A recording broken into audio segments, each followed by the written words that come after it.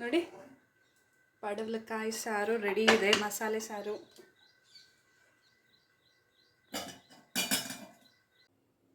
ನಮಸ್ತೆ, TRP Indian ಕಿಚನ್ಗೆ ಸ್ವಾಗತ. ಇವತ್ತು ಮಧ್ಯಾಹ್ನ ಲಂಚ್ ಬಾಕ್ಸ್ಗೆ ನಾನು ಮಾಡ್ತಿರೋ ಅಂಥ ರೆಸಿಪಿ ಬಂದು ಪಡವಲಕಾಯಿ ಗುಜ್ಜು ಇದು ಗ್ರೇವಿ ಥರ ಮಾಡ್ತಾಯಿದ್ದೀನಿ. ಮಸಾಲೆ ಗ್ರೇವಿ, ಗ್ರೀನ್ ಕಲರ್ ಮಸಾಲೆ ಗ್ರೇವಿ ಮಾಡ್ಕೊಂಬಿಡೋಣ. ತುಂಬ ರುಚಿಯಾಗಿರುತ್ತೆ. ಚಪಾತಿ, ದೋಸೆಗೆ, ಹಾಗೆ ಅನ್ನಕ್ಕೆಲ್ಲ ಆಗುತ್ತೆ. ಬೆಳಗ್ಗೆ ಮಾಡಿಬಿಟ್ರೆ ನಿಮಗೆ ಬ್ರೇಕ್ಫಾಸ್ಟ್ಗೂ ಆಗೋಗುತ್ತೆ, ಹಾಗೆ ಮಧ್ಯಾಹ್ನ ಲಂಚ್ ಬಾಕ್ಸ್ಗೂ ಆಗೋಗುತ್ತೆ. ನಾನು ನೋಡ್ಬೋದು ಒಂದು 2 ಇಡೀ ಆಗೋಷ್ಟು ಕಡಲೆ ಬೇಳೆನ ನೆನೆಸೆತ್ತಿಟ್ಕೊಂಡಿದ್ದೀನಿ. ಇದೊಂದು 15 ನಿಮಿಷ ನೆಂದರೆ ಸಾಕು. ನೋಡಿ, ಹಾಗೆ ಮಸಾಲೆಗೆ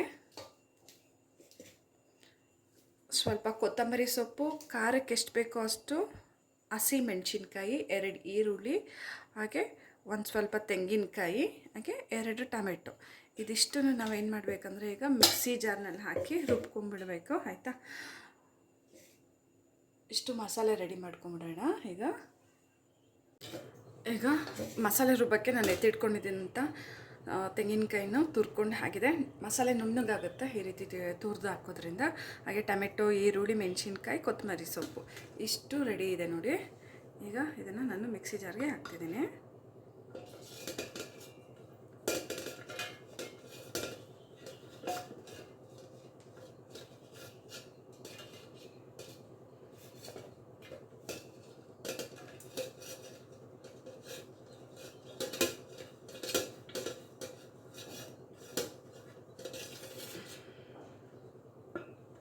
ಸ್ವಲ್ಪ ನೀರು ಹಾಕ್ಕೊಂಬಿಡೋಣ.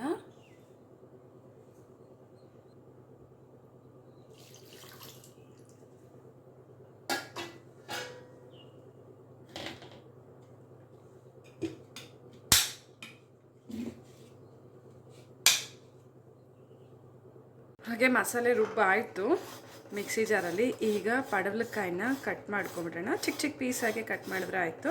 ಮೊದಲಿಗೆ ಈ ರೀತಿ ಮೇಲೆ ಬೂದಿ ಬೂದಿ ಥರ ಇರುತ್ತಲ್ಲ, ಅದನ್ನು ಈ ರೀತಿ ಮಾಡ್ಕೊಂಬಿಡಿ. ಸ್ಕ್ರ್ಯಾಚಸ್ ಮಾಡ್ತೀವಲ್ಲ, ಆ ರೀತಿ ಮಾಡ್ತಾಯಿದ್ರೆ ಅದು ಬಂದುಬಿಡುತ್ತೆ ನೋಡಿ. ಮಾಡಿ ಕಟ್ ಮಾಡಿಕೊಂಡ್ರೆ ಆಯಿತು.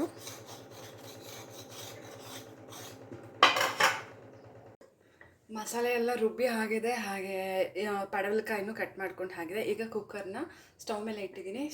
ಹಾಗೆ ಕುಕ್ಕರ್ ಬಿಸಿ ಆಗ್ತಿದೆ.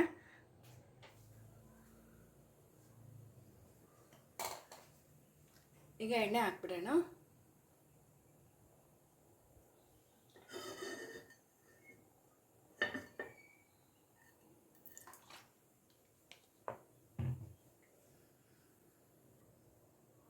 ಎಣ್ಣೆ ಬಿಸಿ ಆಗ್ತಿದೆ. ಈಗ ಮಸಾಲೆ ಐಟಮ್ ಹಾಕ್ಬಿಡೋಣ.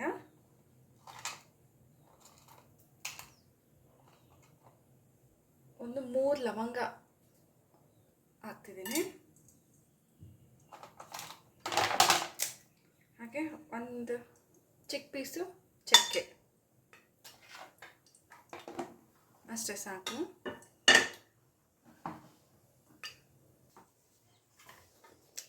ಹಾಗೆ ಒಂದು ಈರುಳ್ಳಿ ಎಲ್ಲ ಕಟ್ ಮಾಡಿ ಎತ್ತಿಟ್ಕೊಂಡಿದ್ದೀನಿ, ಹಾಕ್ಬಿಡೋಣ.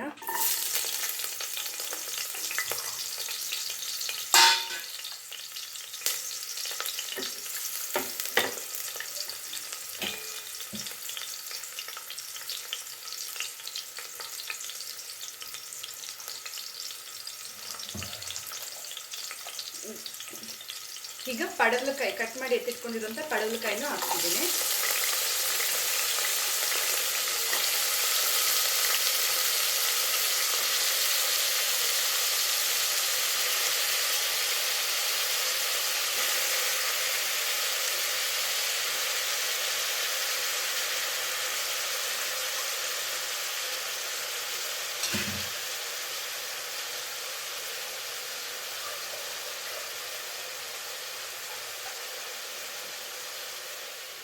ಹಾಗೆ ಕಡಲೆಬೇಳೆ,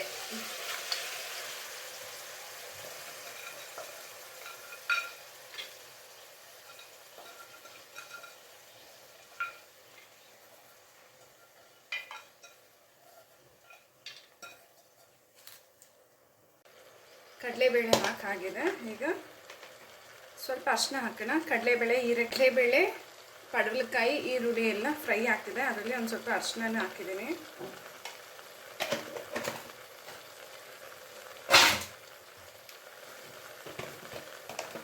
ಹಾಗೆ ಒಂದು ಪೂರ್ತಿ ಸ್ಪೂನ್ ಆಗುವಷ್ಟು ಧನಿಯಾ ಪುಡಿ ಹಾಕ್ತಾ ಇದ್ದೀನಿ.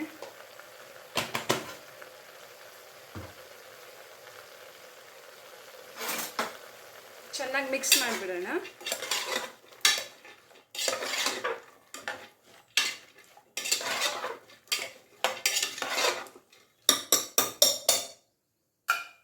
ಈಗ ನಾವು ರುಬ್ಬಿರುವಂಥ ಮಸಾಲೆ ಹಾಕ್ಬಿಡೋಣ.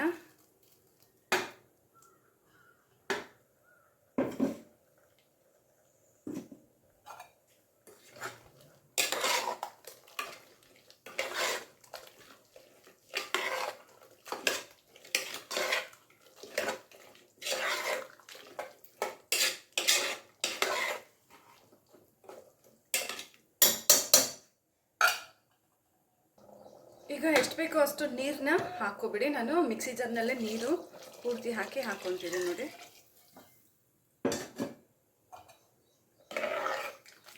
ತುಂಬ ತೆಳು ಆದರೆ ಚೆನ್ನಾಗಿರೋದಿಲ್ಲ, ಹಾಗಾಗಿ ಮೀಡಿಯಮಲ್ಲಿ ಮಾಡ್ತಿದ್ದೀನಿ ನೋಡಿ.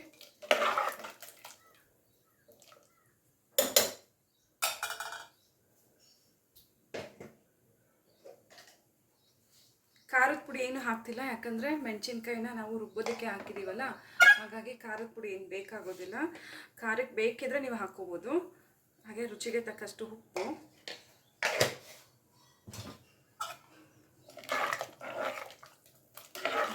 ಚೆನ್ನಾಗಿ ಮಿಕ್ಸ್ ಮಾಡಾಯಿತು.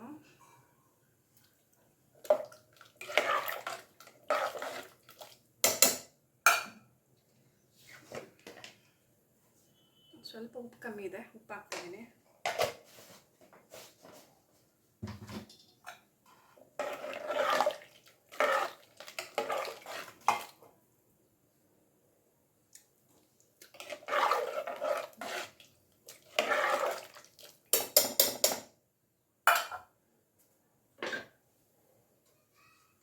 ಈಗ ಇದು ಒಂದು ವಿಷಲ್ಗೆಲ್ಲ ಚೆನ್ನಾಗಿ ಬೆಂದು ಹೋಗುತ್ತೆ.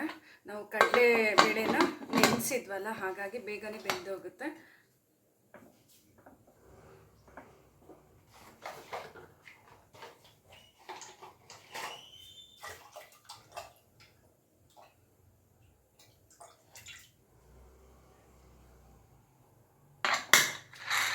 ಒಂದು ವಿಷಲ್ ಬರಲಿ. ಒಂದು ವಿಷಲ್ ಆಯಿತು, ಸ್ಟೀಮ್ ಹೋಗಿದೆ. ಇವಾಗ ಕುಕ್ಕರ್ ಓಪನ್ ಮಾಡ್ತಿದ್ದೀನಿ ನೋಡಿ. ಪಡವಲಕಾಯಿ ಸಾರು ರೆಡಿ ಇದೆ, ಮಸಾಲೆ ಸಾರು.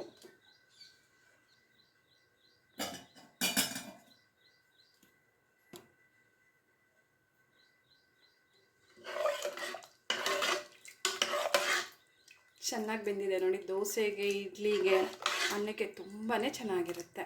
ಈ ರೀತಿ ಪಡವಲಕಾಯಿ ಮಸಾಲೆ ಗ್ರೇವಿ ಅಂತಾದರೂ ಹೇಳ್ಬೋದು, ಅಥವಾ ಕೂಟ್ ಅಂತ ಹೇಳ್ಬೋದು. ತುಂಬಾ ಸಕ್ಕತ್ತಾಗಿರುತ್ತೆ. ಹಾಗೆ ನೀವು ಟ್ರೈ ಮಾಡಿ ಹೇಗೆ ಬಂತಂತ ಹೇಳಿ ಕಮೆಂಟ್ ಮಾಡೋದನ್ನ ಮರಿಬೇಡಿ. ಇನ್ನು ಹೊಸ ಹೊಸ ಈಸಿ ರೆಸಿಪೀಸ್ಗಾಗಿ ಈಗಲೇ ಚಾನಲ್ನ ಸಬ್ಸ್ಕ್ರೈಬ್ ಮಾಡಿಕೊಡಿ. Thank you, bye. ಪ್ಲೇಟ್ಗೆ ಬಿಸಿ ಬಿಸಿ ಅನ್ನ ಹಾಕಿದ್ದೀನಿ ನೋಡಿ. ಈಗ ನಾವು ಮಾಡಿರೋ ಅಂಥ ಪಡವಲಕಾಯಿ ಸಾರನ್ನ ಹಾಕ್ಬಿಡೋಣ.